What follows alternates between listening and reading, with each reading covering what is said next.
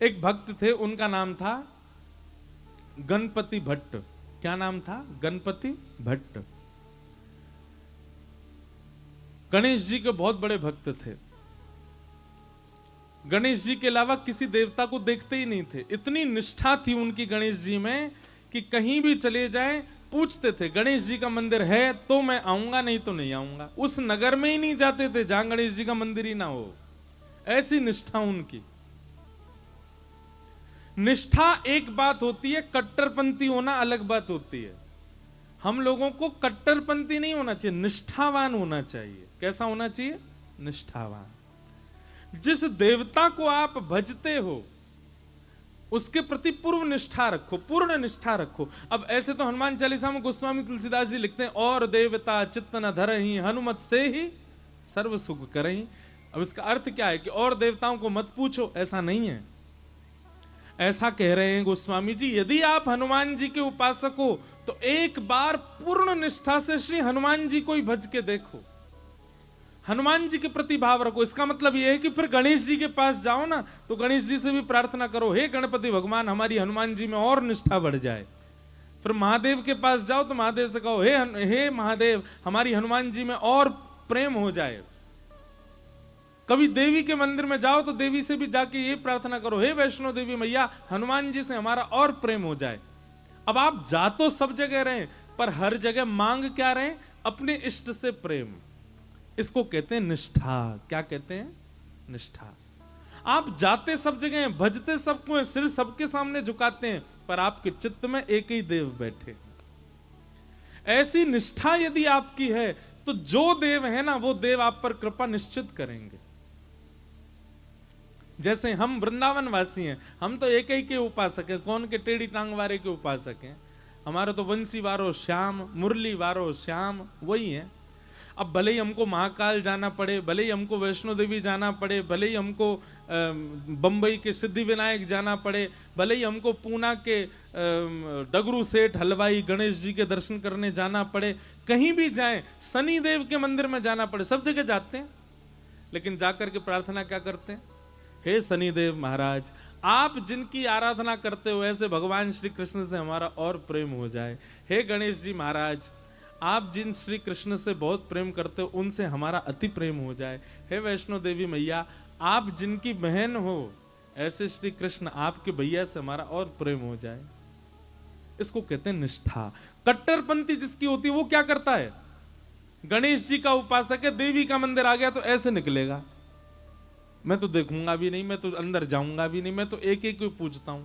ऐसा नहीं, जहां भी जाओ अपने इष्ट को चित्त में धारण करके जाओ। इसको निष्ठा कहते हैं। क्या कहते हैं? जोर से बोलो, निष्ठा। तो गणपति भट्ट नाम के भक्त थे। आप जगन्नाथपुरी गए, किसी ने आपसे कह दिया जगन्नाथपुरी में तो गणेश भगवान विराज रहे हैं। तो गणपति भट्ट पहुंच गए जगन्नाथपुरी। अब जगन्नाथपुरी जाकर के लोग बागों से बोले, हाँ भैया गणेश जी कहाँ विराज रहे हैं, मुझे दर्शन करना है। तो किसी ने कहा, बोले ओहो तुमको किसी ने बुद्धू बना दिया है, यहाँ गणेश जी का मंदिर थोड़े ही है, जगन्नाथ भगवान तो साक्षात श्री कृष्ण है। अब जैसे ही सुना कि जगन्नाथ भगवान श्री कृष्ण हैं, गणपति भट्ट तो बड़ा व्याकुल हो गया, समुद्र किनारे जाकर के बैठ गया। बोले कि मेरे साथ तो छल कर दिया, मेरे साथ कितना बुरा अत्याचार किया, गणेश का नाम लेकर के मुझको जगन्नाथपुरी बुला लिया, और यहां तो भगवान कृष्ण का मंदिर है।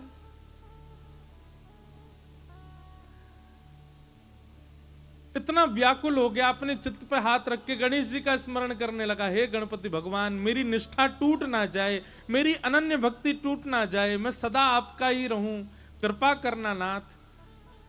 उसकी निष्ठा पर जगन्नाथ भगवान इतने रीझ गए। वो निष्ठा किस में रखता है?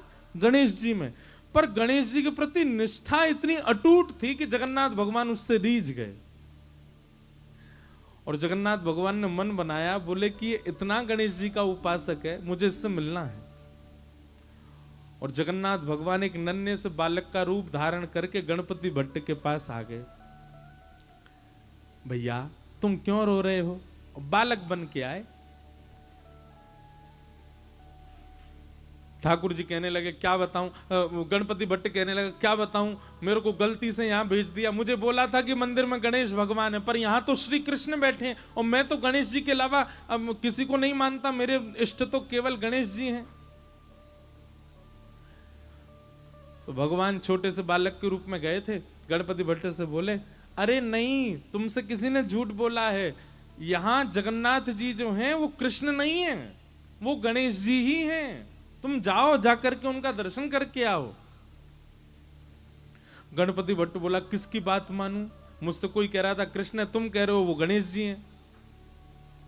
तो बालक ने कहा एक काम करो, तुम किसी की बात मत मानो, आंख पे पट्टी बांध करके चलो और गणेश जी के सर्वांगीण अंग का तुमको अनुभव है, लंबी सूंड है, बड़े बड़े कान है, तुम छी करके जगन्नाथ जी को देख लेना, अगर उनकी सूंड लगे, उनके कान लगे, लंबोदर लंबा पेट लगे तो अपनी पट्टी खोल के दर्शन कर लेना। गणपति भट्ट बोला हाँ ये काम करता हूं। तुरंत उसने आंख पे पट्टी बांधी और जगन्नाथ जी के मंदिर में पहुंच गया। जैसे ही मंदिर में पहुंचा, पुजारियों ने, अच्छा अभी तो नियम बंद हो गया, पहले ऐसा नियम था कि जगन्नाथ जी को आप हृदय से लगा सकते थे। जगन्नाथ जी की ऐसी भुजाएं हैं ना, वो इसीलिए हैं ताकि जो भी दर्शनार्थी आए सबको मेरे हृदय से लगाओ। अब शंकराचार्य भगवान ने बंद करवा दिया कि अब कोई भी स्पर्श नहीं कर सकता, क्योंकि हम लोग पता नहीं क्या खा पी करके आए हैं बाहर से, भगवान को जाके स्पर्श करें, इसलिए अच्छा है कि अब स्पर्श बंद करा दिया। अच्छा एक बात बताएं, प्राचीन भारत में गर्भगृह में जाकर के प्रणाम करने की अनुमति सबको थी,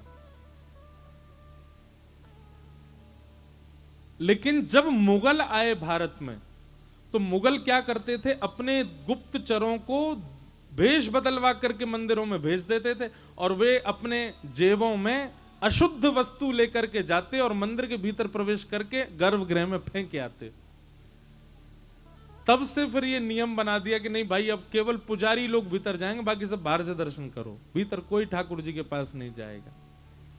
बाकी ठाकुर जी के समीप जाने का अधिकार पहले सबको था। तो गणपति भट्ट को भीतर ले गए, भीतर ले जाकर के आंख पे पट्टी बांध रखी थी, बोले पहले मैं चेक करूंगा ये गणेश जी होंगे तो ही देखूंगा। जैसे ही उसने जगन्नाथ भगवान के सबसे पहले नाक पे हाथ रखा, नाक पे हाथ रखा, सोई ठाकुर जी ने उसको अनुभव कराया, लंबी सूंड। अब वो तो ऐसे ऐसे पकड़े, बोले हाँ हाँ सूंड तो है इनकी, सूंड थी नहीं, भगवान ने माया से प्रकट कर दी। और गणपति भट्ट कहे हाँ ये तो लंबी सूंड है। आंखों के पास कान के हाथ रखे तो महाराज लंबे लंबे कान, पकड़ पकड़ के हाँ ये तो बड़े बड़े कान हैं। पेट पे हाथ रखा तो लंबोदर लंबा पेट है। वो तो समझ गया महाराज ये तो गणेश जी हैं।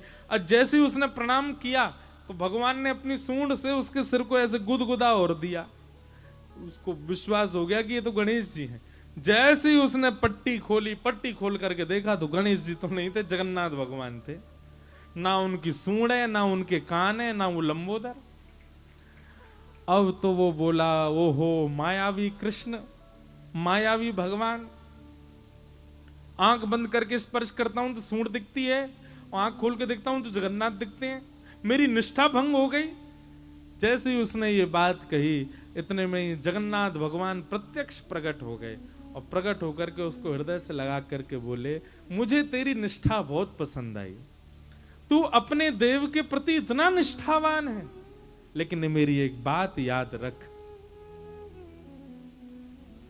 कभी भी किसी में भेदभाव मत कर।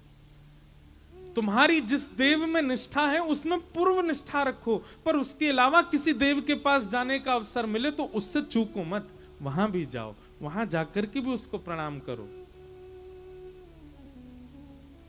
ये सब मेरा ही विलास है, मैं ही गणपति हूं, मैं ही शिव हूं, मैं ही हनुमान हूं, मैं ही जगन्नाथ हूं, मैं ही भद्रकाली हूं, मैं ही वैष्णो देवी हूं, ये सब मेरा विलास है। इसलिए तो किसी भी प्रकार से भेद दृष्टि मत रख, क्योंकि भेद दृष्टि भक्ति में अपराध है। इसलिए इस अपराध के भागी मत बनो गणपति भट्ट। तुम गणेश के उपासक हो इसका मतलब यह नहीं कि तुम अन्य देवताओं का तिरस्कार करो। इसलिए अपनी भक्ति को और पुष्ट करो, सब देवों में अपने गणपति का दर्शन करो। तब उस गणपति भट्ट का जो संशय था वो दूर हुआ, उसने जगन्नाथ भगवान को प्रणाम किया। तो भैया निष्ठावान बनिए। कई लोग कहते हैं, बोले हिंदू वैदिक समाज में, हमारे सनातन धर्म में इतने सारे देवता, किसको पूजें? किसी एक को पकड़ लो बस, और बाकी सबको क्या करें? बोले बाकी सबको उसी के भाव से प्रणाम करो, निष्ठावान रहो। हमारा हिंदू वैदिक सनातन धर्म बहुत सुंदर है। यहां पर हम सबको एक प्रकार से अंग्रेजी में कहूं तो चॉइस मिली हुई है भाई, जैसी तुम्हारी निष्ठा हो उस देवता के श्री चरणों में प्रणाम करो, उस देवता को भजो, दल बदलू मत रहो। जैसे कोई अन्य देव की प्रशंसा सुनते हो तो अपने इष्ट का त्याग कर दो, ऐसा कभी मत करो। पर हां, वृंदावन रीति में जब आप जाओगे, वृंदावन भजन भाव में जब आप जाओगे, तो वहां राधा कृष्ण को आप अलग नहीं मान सकते।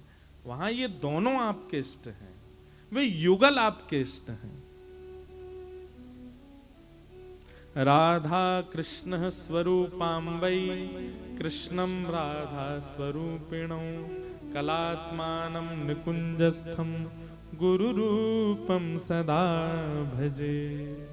दोनों एक हैं। तो